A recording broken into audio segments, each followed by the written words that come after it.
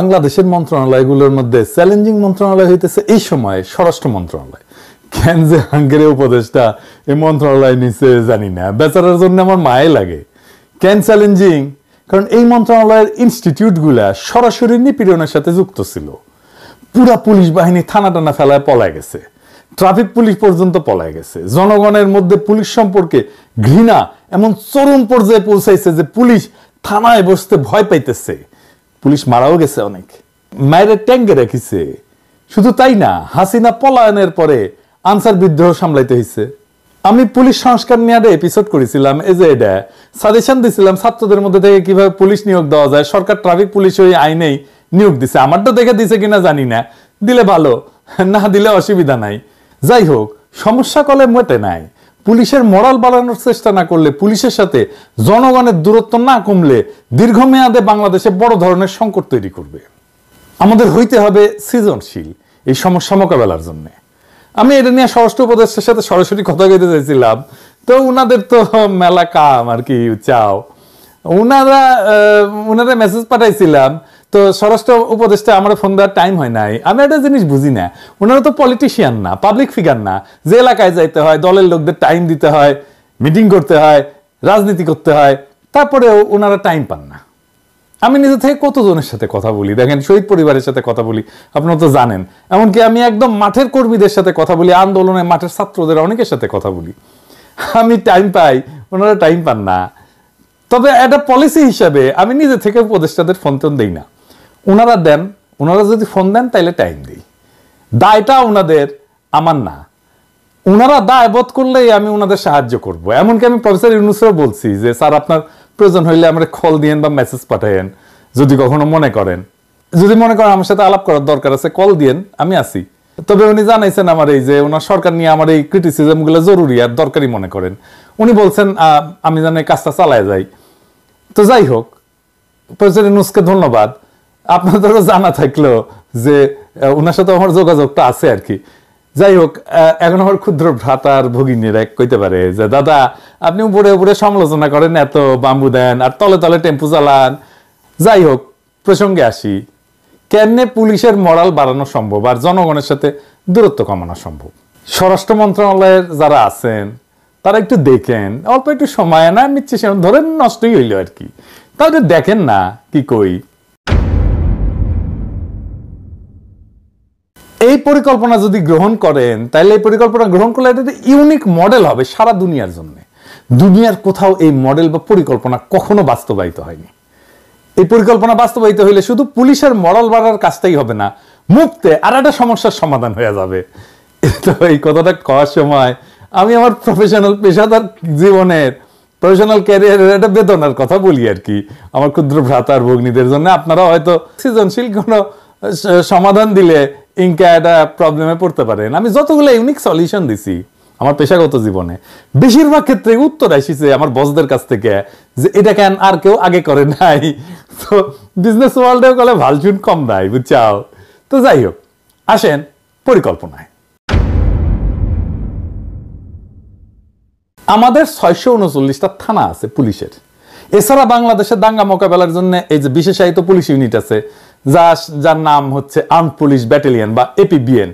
APBN এর অধীনে 14টা battalion আছে, মোট 64টা পুলিশ লাইন আছে। এছাড়া মেট্রোপলিটন এলাকাগুলোর জন্য আলাদা পুলিশ লাইন আছে। এছাড়া হাইওয়ে পুলিশ আছে, ইন্ডাস্ট্রিয়াল পুলিশ আছে, রেল পুলিশ আছে, ফাইনালি সারদায় পুলিশ একাডেমি আছে। এছাড়া দেশের বিভিন্ন স্থানে আঞ্চলিক পুলিশ প্রশিক্ষণ কেন্দ্র আছে। তো সারদা পুলিশ একাডেমি নিয়ে আমার একটা বিষয় ছিল, আমার ভিডিও যারা হাসিনার আমলে দেখেছেন তারা জানেন, আর কইলাম না। তো এডিটর সাহেব না ঘোড়ার আওয়াজ দেন না, বুঝছাও। এটা এখন আমার যারা পুরানা দর্শক তারা জানে এটা কি। প্রফেসর ইউনূসের উপদেষ্টা মন্ডলী শুনে রাখেন, হাসিনার মন্ত্রীদের কালে ওই সারদা একাডেমির ঘোড়ার থেরাপি দিতাম নিয়মিত। এডিটর সাহেব আর এবার সাউন্ড দেন, আপনাদের যেন দিতে না হয়। আমি কালে থেরাপি দিতে দ্বিধা করবো না, বুঝাও। শুনে নিয়েন এই থেরাপিটা কি জিনিস। যাই হোক, এই সমস্ত জায়গায় যেগুলো কথা কইলাম, এই যে পুলিশের যতগুলো অফিস আছে, থানা আছে, ইত্যাদি ইত্যাদি, এই জায়গায় মূলত থানাগুলোতে যোগ্যতা অনুসারে 2 বা ততোধিক এই বিপ্লবে আহত ছাত্রদের নিয়োগ দেওয়া হোক পাবলিক রিলেশনস অফিসার হিসেবে। সারদা একাডেমি এবং পুলিশ ট্রেনিং একাডেমিগুলোতে ট্রেনার হিসেবে নিয়োগ দেওয়া যেতে পারে, পুলিশ লাইনে সাপোর্ট স্টাফ হিসাবে। কিন্তু থানাগুলোতে যেখানে জনগণের সাথে যোগাযোগ, সেখানে পাবলিক রিলেশনস অফিসার হিসাবে। পুলিশ নিজে দেখবে তাদের দানব হয়ে ওঠার ফল কি হয়েছে। তাদের সামনে নিরন্তর একটা জ্বলন্ত উদাহরণে ঘুরে বেড়াবে আহত ছাত্র জনতা। পুলিশের মধ্যে রিমোর্স বা অপরাধ বোধ ঢুকবে। তারা এরপরে নির্মমতা করতে গেলে ওই আহতদের ছবি তাদের চোখের সামনে ভেসে উঠবে। আবার উল্টা দিকে দেখেন, একজন সাধারণ মানুষ যখন থানায় সেবার জন্য আসবে, সে দেখবে এই বিপ্লবে আহত ছেলেদের কাজ করতে, সেবা দিতে। স্বাভাবিকভাবেই জনতার হৃদয় আর্দ্র হবে, পুলিশের প্রতি তার কঠোর মনোভাব পরিবর্তিত হবে এবং জানবে আহত ছাত্র একজন পুলিশ। পুলিশের জনবিচ্ছিন্নতা কাটবে। এই আহত ছাত্ররা বিশেষ পোশাক আর টুপি পরতে পারে, যেমন লাল টুপি পরতে পারে। এই ব্রিগেডের একটা আলাদা নাম দেওয়া যেতে পারে, যেমন ধরেন জুলাই ব্রিগেড। ভেবে দেখেন, দাঙ্গা পুলিশের অপারেশন হয়ে যাচ্ছে কোথাও, আর দাঙ্গা থামাইতে সামনে ক্র্যাশে ভর দেওয়া 10-12 জন জুলাই ব্রিগেডের সদস্য আহত ছাত্র জনতা। ওইখানে পুলিশের কোনো অ্যাকশনে যাইতে হবে না। এই পুলিশের দিকে কেউ ঢিল ছুড়বে না, এই পুলিশকে কেউ মারতে আসবে না। কারণ সামনে গার্ড হয়ে, শিল্ড হয়ে দাঁড়ায় থাকবে আমাদেরই ভাইয়েরা, আহত ছাত্ররা, আমাদেরই বাচ্চারা। পুলিশের নির্মমতা সারা দুনিয়াতেই গেলে একটা সমস্যা। এই মডেল সারা দুনিয়াতে পুলিশের নির্মমতা দূর করার ক্ষেত্রে এক যুগান্তকারী পদক্ষেপ হইতে পারে। পুলিশের নির্মমতার শিকার পুলিশেই নিয়োগ দেওয়া হবে। এই পরিকল্পনাটা অত্যন্ত, বুঝতেই পারতেছেন যে ইউনিক এবং মানবিক দৃষ্টিভঙ্গি দিয়া চিন্তা করে বাইর করছি আর কি, যা সারা পৃথিবীতে নজিরবিহীন। এটা শুধু বাংলাদেশের মতো উন্নয়নশীল দেশগুলোতে না, এমনকি উন্নত দেশগুলোতে একটা যুগান্তকারী মডেল হিসেবে প্রতিষ্ঠা হইতে পারে। আসেন আমরা দেখি এই পরিকল্পনার ইউনিক দিকগুলা কি কি।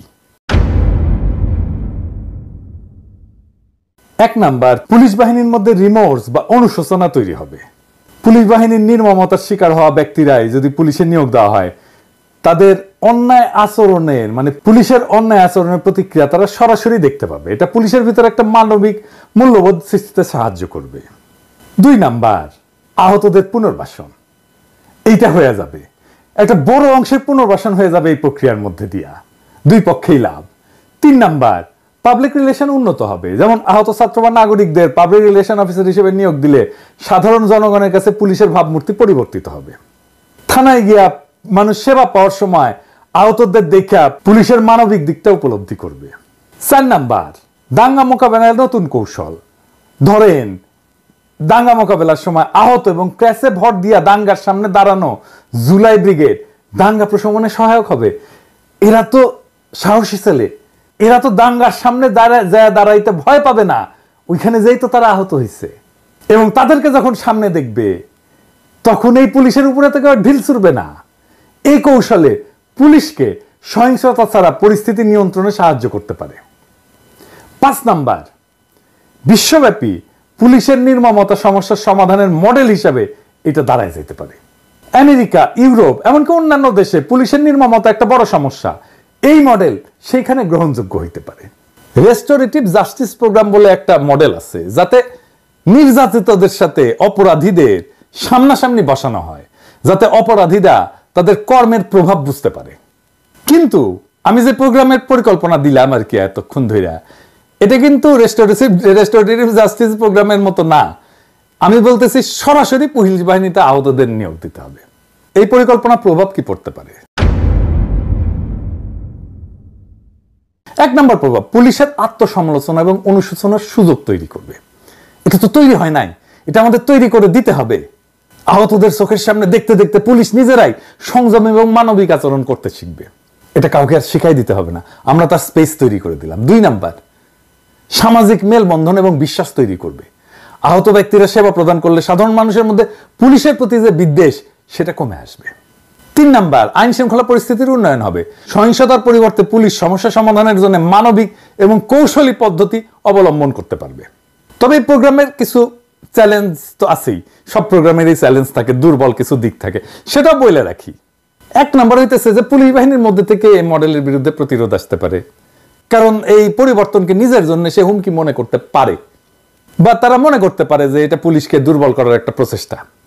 2 নাম্বার, আহতদের জন্য একটা আলাদা মানসিক চাপ তৈরি হইলেও হইতে পারে। আমি ঠিক শিওর না যে আহতরা তাদের নির্যাতকের সাথে কাজ করতে গিয়ে আলাদা কোনো মানসিক চাপের মধ্যে পড়ে কিনা, এটা পরীক্ষা করে দেখতে হবে। তাইলে এটাকে কিভাবে ইমপ্লিমেন্ট করা যায়, এটাকে কিভাবে বাস্তবায়িত করা যায়। আমি যদি এটা ইমপ্লিমেন্ট করতাম তাহলে আমি পাইলট প্রজেক্ট করতাম, মানে শুরুতে কয়েকটা থানায়, ধরা যাক 10টা থানায় বা বিশেষ ইউনিটে এই মডেল চালু করতাম, ফলাফল মূল্যায়ন করে পরবর্তীতে এটা বিস্তৃত করতে পারতাম। এবং এই 10টা থানায় নিজেদের মধ্যে একটা প্রতিযোগিতা হইতো যে কে ভালো রেজাল্ট দেখাইতে পারে। দেখতেন এটার মধ্যে 2টা খুবই ভালো করছে, 2টা খুবই খারাপ করছে, আর বাকিগুলো মাঝারি। যে 2টা খুবই ভালো করছে সেই 2টা আসলে কি মডেল ফলো করছে, কিভাবে ইমপ্লিমেন্ট করছে, সেই শিক্ষাটা কাজে লাগতো। আর আমরা মিডিয়ার মাধ্যমে জনগণের কাছে এই পরিকল্পনা গুরুত্ব তুলে ধরে এই মডেলের বাস্তবায়নে তাদের সমর্থন আদায় করতে পারতাম। আমরা ইউনেস্কো বা জাতিসংঘের মতো আন্তর্জাতিক সংস্থাগুলোর কাছে এই মডেল তুলে ধরে বৈশ্বিক স্বীকৃতি অর্জনের চেষ্টা করতে পারতাম। মেলা কিছুই করা যায়, তাই ফ্রি দেই তো পরিকল্পনা, তাই কেউ পাত্তা দেয় না আর কি। তার বগরের ভাষায় কথা বলি তো, আমি তো আবার শিক্ষিত না, বুঝছাও, 2 পয়সার ইউটিউবার তো কই আর রাখলাম আর কি। প্রফেসর ইউনূসের সরকার করুক না করুক, অন্য কোনো দেশের সরকার তো বাস্তবায়ন করতেও পারে এই পরিকল্পনা। আর তারপরে আমাদের একটা এক্সারসাইজ হলো না, একটা ইনোভেটিভ একটা পরিকল্পনা কেমনে বের করতে হয় এটা সমস্যা থেকে। আমার ক্ষুদ্র ভ্রাতা ভগিনীরা শিখলো, সেটা বড় কাজ একটা। ধরেন 2 পয়সার ইউটিউবের পরিকল্পনা যদি একটা কনসাল্টিং ফার্ম মেলা টাকা দিয়ে বেনে দেয় না, তখন দেখবেন যে সবাই কবে দেখিছো কি ফাইন পরিকল্পনা। কার মাথার থেকে বাইরে যে পরিকল্পনা সেটা ব্যাপার না, দুনিয়া একটা সমস্যার সমাধান যদি হয় সে পরিকল্পনায় কে করলো এটা বড় কথা না আর কি, করলেই হইলো আর কি।